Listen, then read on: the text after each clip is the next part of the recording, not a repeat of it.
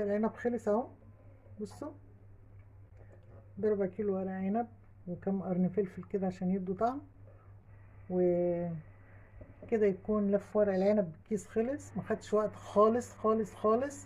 اهم حاجة وانت بتعمليه الكيس يبقى ناشف. تحطي مناديل ورق جنبك، تحطي فوطة مطبخ نظيفة، تحطي اي حاجة، والكيس يبقى محمل شوية. امسحي الكيس لو فيه مية ولفي ورق العنب زي ما وريتك. واشوفكم بقى بعد ما يستوي، بس انا مش هسويه النهارده. وما تنسوش اللايك. باي. السلام عليكم ورحمه الله وبركاته. ازيكم عاملين ايه؟ يا رب تكونوا بخير. هعمل لكم دي خلطه محشي، وده ورق عنب، وده كيس. هلف لكم ورق العنب بالكيس. ماشي، فيديو بسرعه كده ويلا نشوف ورق العنب بيتلف ازاي بالكيس. اهم حاجه الكيس يبقى ماسك نفسه، وفي نفس الوقت مش مبلول ميه. يعني لو حسيتي ان ورق العنب فيه ميه نشفي الكيس. احط ورقه العنب كده زي ما انتم شايفين، واخد شويه رز افردهم، واضح، واتني ورقه العنب كده، وامسك حرف الكيس واعمل كده. شايفين؟ تاني امسك ورقه العنب ناشفه، واخد شويه رز افردهم، واتني الورقه، وادي حرف الكيس بتنيه كده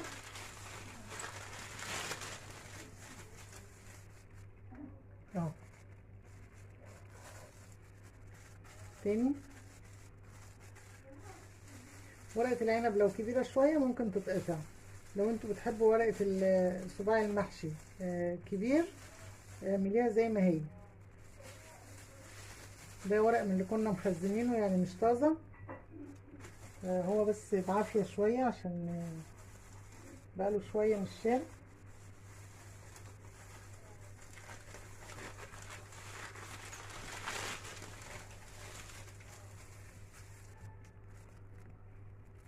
ده رز، يعني مش مشكله رزايه طالعه ولا حاجه، مش مشكله خالص.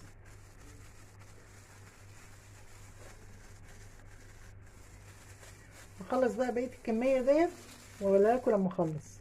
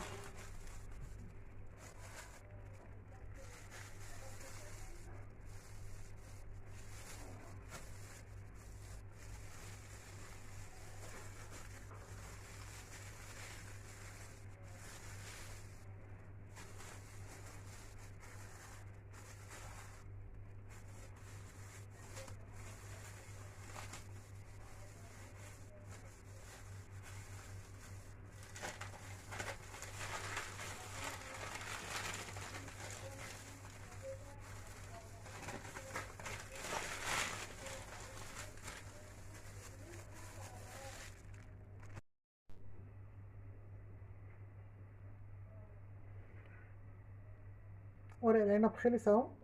بصوا، ضربة كيلو ورق عنب وكم قرن فلفل كده عشان يدوا طعم، وكده يكون لف ورق العنب بالكيس خلص. مخدش وقت خالص خالص خالص.